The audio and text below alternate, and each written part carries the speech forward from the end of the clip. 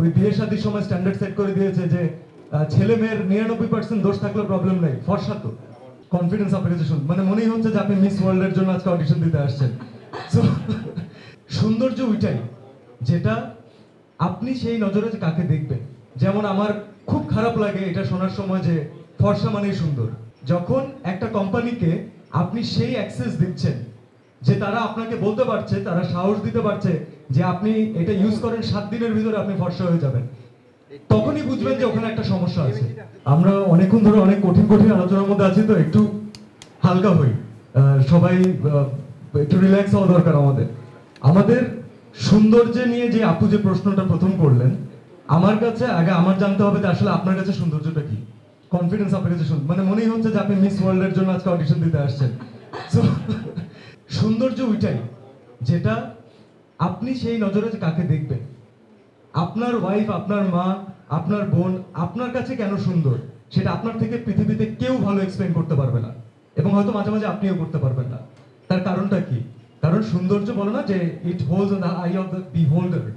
So এটা হচ্ছে সেই জায়গাটা। আমাদের এখানে মানে আমাদের সাবকন্টিনেন্টের কথা বলবো, পার্টিকুলারলি বাংলাদেশের কথা বলবো, আমাদের কি হয়েছে, আমাদেরকে কিছু বিউটি স্ট্যান্ডার্ড সেট করে দেওয়া হয়েছে। যেমন আমার খুব খারাপ লাগে এটা শোনার সময় যে ফর্সা মানেই সুন্দর। এখন চিন্তা করেন আমাদের যারা মা খালারা আছেন, আমাদের যারা দাদি নানিরা আছেন, আমরা হচ্ছে সেই 50s থেকে 60s থেকে কত পার্সেন্ট মানে মানুষ বাংলাদেশের তারা বেসিক্যালি ফর্সা। ফর্সা বিষয়টা আসলে এমন না, ফর্সার সাথে সৌন্দর্যের কোনো সম্পর্ক নাই। যখন একটা কোম্পানিকে আপনি সেই অ্যাক্সেস দিচ্ছেন যে তারা আপনাকে বলতে পারছে, তারা সাহস দিতে পারছে যে আপনি এটা ইউজ করেন 7 দিনের ভিতরে আপনি ফর্সা হয়ে যাবেন, তখনই বুঝবেন যে ওখানে একটা সমস্যা আছে। এই সুযোগটা বাংলাদেশে অনেক কোম্পানি নিয়েছেন, বাইরের অনেক কোম্পানি নিয়েছেন, অনেক বহুজাতিক কোম্পানিও নিয়েছেন, এবং আমরা শিক্ষিত, অশিক্ষিত, অল্প শিক্ষিত, অর্ধশিক্ষিত সব মানুষ খুব কনফিডেন্টলি তাদের এই ফাঁদে পা দিয়ে দিই। আপনি এটা অস্বীকার করতে পারবেন না, আপনি আপনার ওয়াইফের জন্য, আপনার বোনের জন্য কখনো না কখনো এই ধরনের প্রোডাক্ট কিনেছেন। আমি বলতে চাচ্ছি সৌন্দর্য আসলে এটা না। আপনাকে যদি কেউ বলে যে আমি অথেন্টিক প্রোডাক্ট দিয়ে আপনার স্কিনটা বেটার করার চেষ্টা করব, এই প্রোডাক্টটা আপনার স্কিনের কোয়ালিটি বেটার করবে। আপনার যদি একটা ফ্রেশ স্কিন থাকে তাহলে আপনাকে এমনিতেই সুন্দর লাগবে, স্নিগ্ধ লাগবে। আমরা সেটা বলি না, আমরা বলি এটা মাখুন আপু আপনাকে ফর্সা লাগবে। আর আমাদের বাবা মাও ওই বিয়ে শাদীর সময় স্ট্যান্ডার্ড সেট করে দিয়েছে যে ছেলে মেয়ের 99% দোষ থাকলেও প্রবলেম নেই, ফর্সা তো, রাইট? সো এই জায়গা থেকে আমাদেরকে মানসিকভাবে আগে বের হতে হবে, তারপরে বাকি কথা। এখন এই পয়েন্টটাকে কানেক্ট করি, যেহেতু ফর্সা হওয়ার একটা বিশাল বড় মার্কেট অলরেডি রেডি আছে, তো আমরা এত পরিশ্রম কেন করব? আমরা মানুষকে ফর্সাই বানাবো, রাইট? এইটা চেষ্টা করতে গিয়ে অনেক প্রোডাক্ট মার্কেটে সয়লাভ হয়ে গেছে, দেশি প্রোডাক্ট, বিদেশি প্রোডাক্ট, যারা স্কিন কেয়ারের নামে আপনাদেরকে ফর্সা করার অনেক এলিমেন্টস বিক্রি করছে। কেউ এটা চিন্তা করছেন না আপনি যেই খাবারটা খাচ্ছেন, আপনি যে কাপড়টা পরছেন, পার্টিকুলারলি আমি আমার নিজের যেহেতু ওয়াইফ আছে, যাদের ওয়াইফ আছে তারা জানবেন যে তারা মার্কেটে গেলে একটা কাপড় নিয়ে কতবার নাড়াচাড়া করেন, রাইট? এটা আপনার গায়ের উপরে পড়ে থাকে ভাই, সেটা নিয়ে আমরা এত কনসার্ন। তাহলে যেটা ডিরেক্টলি আপনার স্কিনে অ্যাপ্লাই করেন সেটা নিয়ে আপনাদের কতটুকু কনসার্ন হওয়া দরকার আমার মনে হয় আপনারাই বেটার বুঝবেন। এতটুকু স্বাস্থ্য ঝুঁকি এইটাতে আছে যে আপনার স্কিনে ক্যান্সার পর্যন্ত হতে পারে, এটা সবাই বলছে, কিন্তু বলার পরেই সবাই আবার ভুলে যাচ্ছি আমরা, কারণ হচ্ছে এটা প্রপারলি এটাকে ছড়িয়ে দেওয়া হচ্ছে না।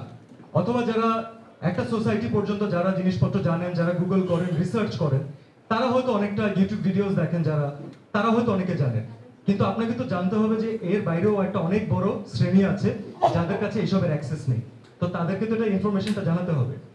এখন আসি আশার কথা, পজিটিভ কথা। বেশ অনেকদিন ধরে আমাদের আসলে দেশি যে ব্র্যান্ডগুলো আছে, নামহীন ব্র্যান্ডগুলো আছে, যেগুলোর ব্র্যান্ড ভ্যালু নিয়ে এরকম চিন্তা নেই, কিন্তু সহজে রং ফর্সা করতে পারে, কসমেটিক্স ব্র্যান্ড, এরকম অনেক কিছু দিয়ে আপনাদের মার্কেটে প্রোডাক্ট ছিল আমাদের জানি। সেই প্রোডাক্টগুলোকে প্রপারলি হয়তো আমরা মনিটর সবসময় করতে পারিনি, যেই সুযোগটা সবসময় তারা নিয়েছেন এবং তারা ব্যবসা করেছেন। তাহলে সলিউশনটা কি? কাস্টমারের কথা সবার আগে ভাবতে হবে, কারণ আমরা যখন কাজ করতে এসেছি, আমি একটা রেসপন্সিবিলিটির জায়গা থেকে আসি, কারণ আমি প্রথমে কাজ করি কিন্তু মানুষের জন্য, আমাদের অডিয়েন্সের জন্য। তারপর যখন আমরা কোনো ব্র্যান্ডের সাথে অ্যাসোসিয়েটেড হই, তখন আমরা সেই ব্র্যান্ডের প্রপার জিনিসগুলো আমাদের দর্শকদের সাথে কমিউনিকেট করার চেষ্টা করি, আমরা সবাই করি। একবার খেয়াল করুন, কত ভালো হতো যে আমাদের নিজেদের কোনো এমন ব্র্যান্ড থাকলে যে আপনাকে এতটুকু গ্যারান্টি দিচ্ছে যে আপনার কষ্টের যে টাকাটা যেটা আপনি খরচ করছেন সেটা আপনি মানহীন ব্র্যান্ড ভ্যালুলেস কোনো প্রোডাক্টের পিছনে খরচ করবেন না। আপনি প্রোডাক্টটা কিনবেন আপনার কষ্টের টাকা এবং প্রপার প্রোডাক্টটা কিনবেন। ঠিক এই জায়গাতে আমার মনে হয় যে প্লেসমেন্টটা আসে আমাদের রিমার্ক আর হার্লারের। আমি যখন তাদের সাথে কথা বলি, আমরা প্রত্যেকটা ব্র্যান্ডকে যখন আমরা তাদের সাথে অ্যাসোসিয়েটেড হই, তার আগে আপনাদের হয়তো মনে হতে পারে যে আমরা যাই চুক্তি স্বাক্ষর করে চলে আসি। না, এর পিছনে অনেক বড় আপনার একটা প্রোডাক্ট বানানোর জন্য যে ধরনের রিসার্চের দরকার হয়, আমি শিওর যে ইমন ভাইও স্বীকার করবে এটা। আমরা যখন কোনো একটা ব্র্যান্ডের সাথে অ্যাসোসিয়েটেড হই, তার আগে আমাদেরকে নিজেদেরকেও স্টাডি করতে হয়। আমাদের জানতে হয় যে আসলে ব্র্যান্ড কি চায়, আমি কি ব্র্যান্ডের জন্য প্রপার ফিট নাকি, অথবা this brand does it serve my purpose, আমার অডিয়েন্সকে আমার কাস্টমারকে কি তারা প্রপারলি সার্ভ করতে পারবে কি পারবে না। রিমার্ক হার্লারের কাছ থেকে আমরা সেই গ্যারান্টি পেয়েছি। পার্টিকুলারলি আমি কিভাবে পেয়েছি বলি, একটা প্রশ্ন করেছিলাম যে আসলে আপনি ব্যবসা করছেন কেন স্যার। আমি একবার ওনাকে ডিরেক্টলি এই প্রশ্ন করেছি, what is your motto, why are you doing business, there are lot of other brands.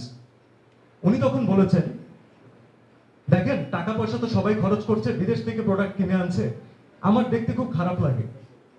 আমরা জনগণকে, আমাদের যারা কাস্টমার আছে তাদেরকে দেশে প্রপার প্রোডাক্টটা দিব এবং সেটার কোয়ালিটি আমরা এনশিওর করব, যেন তারা ইউজ করে বলে যে না আমরা একটা বাংলাদেশি প্রোডাক্ট প্রপারলি ইউজ করলাম। আমার কাছে মনে হচ্ছে আমার ওই দিনই আমার ডিসিশন নেওয়া হয়ে গেছে যে আমি এই ব্র্যান্ডের সাথে অ্যাসোসিয়েটেড থাকতে চাই।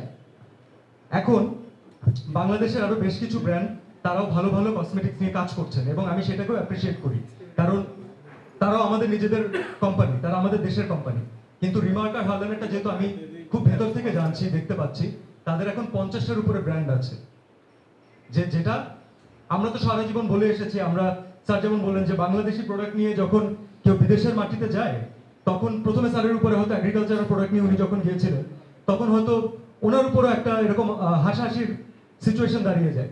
কিন্তু একবার চিন্তা করেন যে যে পাট নিয়ে কেউ কখনো চিন্তা করেনি যেটা একটা শিল্প হতে পারে, সেটা কিন্তু ওয়ার্ল্ডের কাছে একটা বিশাল মানে ইনোভেটিভ টেকনোলজি হয়ে দাঁড়িয়েছে পরবর্তীতে জুট ইন্ডাস্ট্রির জন্য, গার্মেন্টস ইন্ডাস্ট্রির জন্য। It's all the same, made in Bangladesh একটা এফিশিয়েন্ট ট্যাগ হয়েছে। সো আমাদের টার্গেট এটাই থাকবে যে আমরা এই আমদানি নির্ভর একটা খাতকে কিভাবে করে রপ্তানি নির্ভর করতে পারি। আপনি দুবাইতে যান, আপনি থাইল্যান্ডে যান, আপনি ইন্ডিয়াতে যান, আমেরিকাতে যান, আপনি যে কোনো একটা ডিউটি ফ্রিতে ঢোকার পরে আমরা প্রথমেই খোঁজা শুরু করি, রাইট, যে আমার পছন্দের প্রোডাক্ট কোনটি, এটা আছে কি আছে না।